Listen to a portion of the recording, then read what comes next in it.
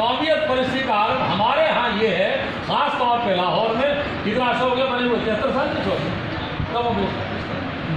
ہمیشہ یہاں میر لاہور کا 2 قوموں میں رہتے ہیں، تیسرا بھی تک نہیں. کون سا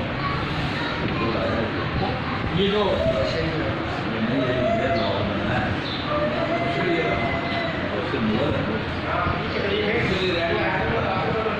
رہنے نہیں دیا کس کا تھا وہ کمزور آدمی ریکارڈ ہو رہا ہے کس طبقے کا تھا وہ اتنا اشارہ ابھی. خیر تو یعنی ہمیشہ یا آرائی میں لے رہے ہیں یا بٹ رہا ہے تیسرا کسی برادری کو. یہ ہے قومیت. کیا ہے نا 2 برادری کو بڑا کو پڑھا لکھا ذہین دانشور ہو کسی برادری کو نہیں بنتا. اگر سرمایہ کی بات ہے تو ان سے بڑا سرمایہ دار کو اور نہیں. اگر صنعت کار کی بات ہے تو تیسری برادری کا کوئی. اگر ذہین کی بات ہے میڈیکل لائن میں وکالت کی لائن میں کوئی بھی شعبہ، علم کا شعبہ، مادی شعبہ، روحانی علم کا شعبہ تو کوئی اور نہیں ہے. ہمیشہ یہ قوم کی گئی یہ کیا ہے. اور ہمارے ہاں پورے دیہاتوں میں، میں ایک دہقان کا بیٹا ہوں، دیہات سے میرا تعلق ہے، الیکشن میں ہمیشہ قوم یہ ہے. دوسرا بندہ کھڑا ہو کے دکھائے دکھائے وہ نہیں دینا. اور رائے صاحب جملہ بھی سنا یہ کسی میں ہوں سارے ووٹ پڑے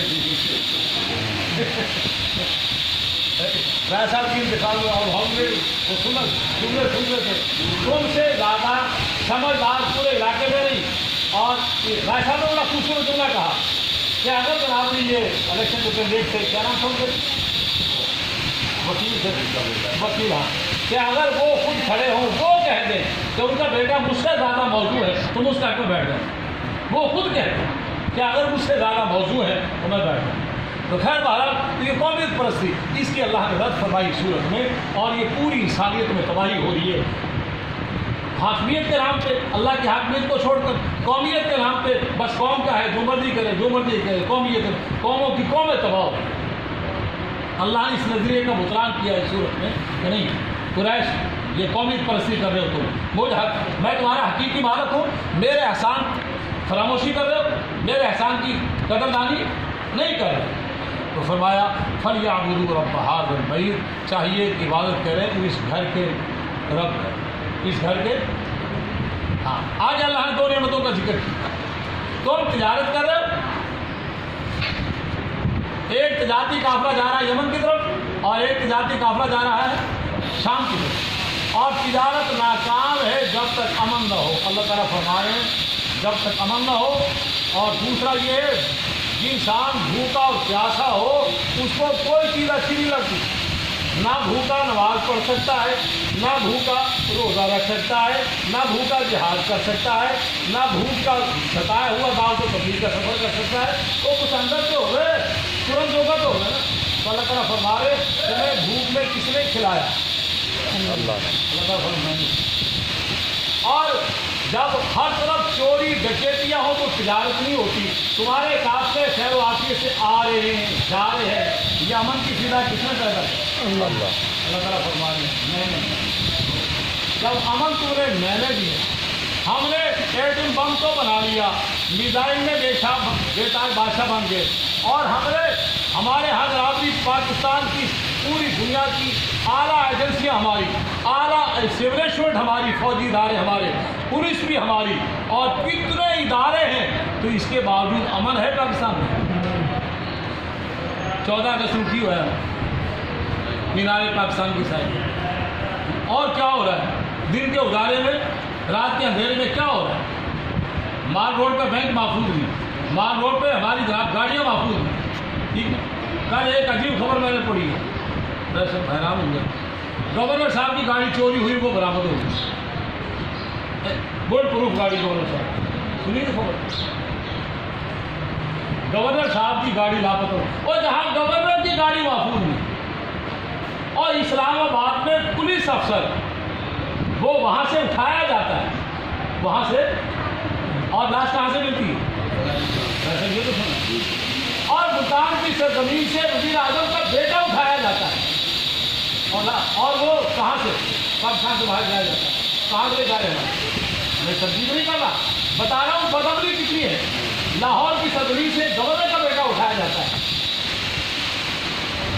لاہور کی سلمان تاثیر کا بیٹا اٹھایا ہے، ہماری قوم کا حافظہ بڑا کم کرو، اسی لیے حافظہ تھوڑا تھوڑا سمجھنا، یہ میں بدعملی پر دلیل دے رہا ہوں۔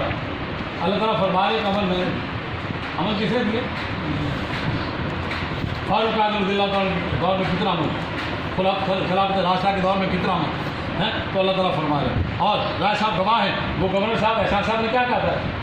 فرمایا کوئی دنیا کے ترقیاتی کام میرے صوبے میں نہیں ہے، میں حالت جنگ ختم ہونے کے بعد مجھے صوبہ ملا ہے، ایک چیز میں نے قائم کی، امن، میرے پورے صوبے میں چلے جاؤ، اگر کہیں بدعملی مل جائے تو آ کے میرا گربان کرو، ایسا ویسے کہا کہیں بدعملی مل جائے۔ مولوی احسان اللہ احسان، جس کو کابل کا افغانستان کا مفتی محمود کہتے تھے، فرمایا میں نے امن قائم کیا، اور اس قوم میں کیا ہے جس قوم کے پاس ٹینک ہیں، توپیں ہیں، فرمایا تمہارے پاس تو کلاشن کوف نہیں، ہمارے پاس قومی عام لوگوں کے پاس ٹینک ہے، اس قوم کے کو میں نے امن دیا۔ یہ بہت بڑی کمال ہے، وہ اللہ تعالیٰ فرما رہے امن کا ملا، ہم نے تمہیں بھوکے کو کھلایا، اور جناب کسی کو پوچھو نا دو تو دو کن ہونا کی جواب دیں گے؟ چار روٹی کی تو خواجہ فرید الدین بین بخش رحمۃ اللہ علیہ سے کسی نے مرید نے پوچھا کہ حضرت اسلام کے بنیادی ارکان کتنے؟ فرمانے لگے 6۔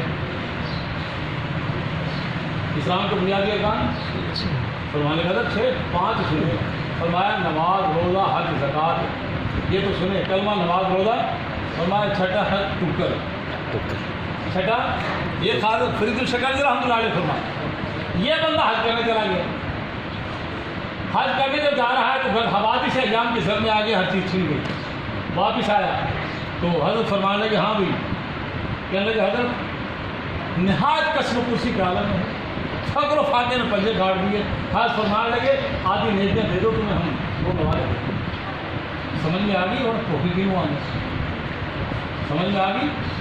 لوگ لوگ پاکستان میں ایک پلیٹ چاولوں پر ایمان بیچ دیتے ہیں الیکشن کے دوران، اور محرم کے دنوں میں ایک پلیٹ پہ کالا جھنڈا لگوا دیتے ہیں، مذہب بدل لیتے ہیں۔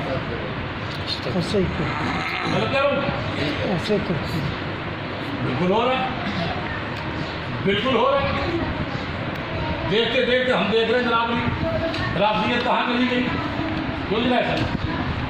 جس گاؤں میں ایک نہیں تھا وہاں 10 گھر ہوتے، کیسے ہو گئے؟ صرف اللہ تعالیٰ فرما رہے میں نے تم بھوکے تھے عرب والوں، میں نے تمہیں کھلایا، تم چور اور ڈاکوؤں کی سٹ میں تھے، صرف 4 مہینے میں تمہیں امن ملتا تھا، اور وہ بھی تمہارا خود ساختہ نظام، وگرنہ تمہیں امن جب تم بھوکوں کو میں نے کھلایا اور تم کو میں نے امن دیا۔ قریش والوں قومیت پرستی چھوڑو، سارے کے سارے پیغمبر کی نبوت کے نیچے آ جاؤ اور مجھ اللہ کی عبادت کرو، سارے قریش میرے نبی مانو، اور سارے قریش میری الوہیت کو، یہ قومیت پرستی چھوڑ دو، قومیت پرستی کچھ نہیں دے گی، پیغمبر کی غلامی بہت کچھ دے گی، اور اللہ کی ربوبیت پہ ایمان بہت کچھ ملے گا۔ تو اللہ تعالیٰ فرما رہے جو بھوکے کو کھلائے اور جو خوف میں امن دے، اس کا حق ہے اس کی الوہیت کو مانو، اور اس کے پیغمبر کو مانو، اور اس کے قرآن کو مانو، اور اس کی ربوبیت پہ ایمان لاؤ، اور لا کر فَلْيَعْبُدُوا رَبَّ هَٰذَا الْبَيْتِ، اس گھر کے رب کی کیا کرو؟ عبادت کرو۔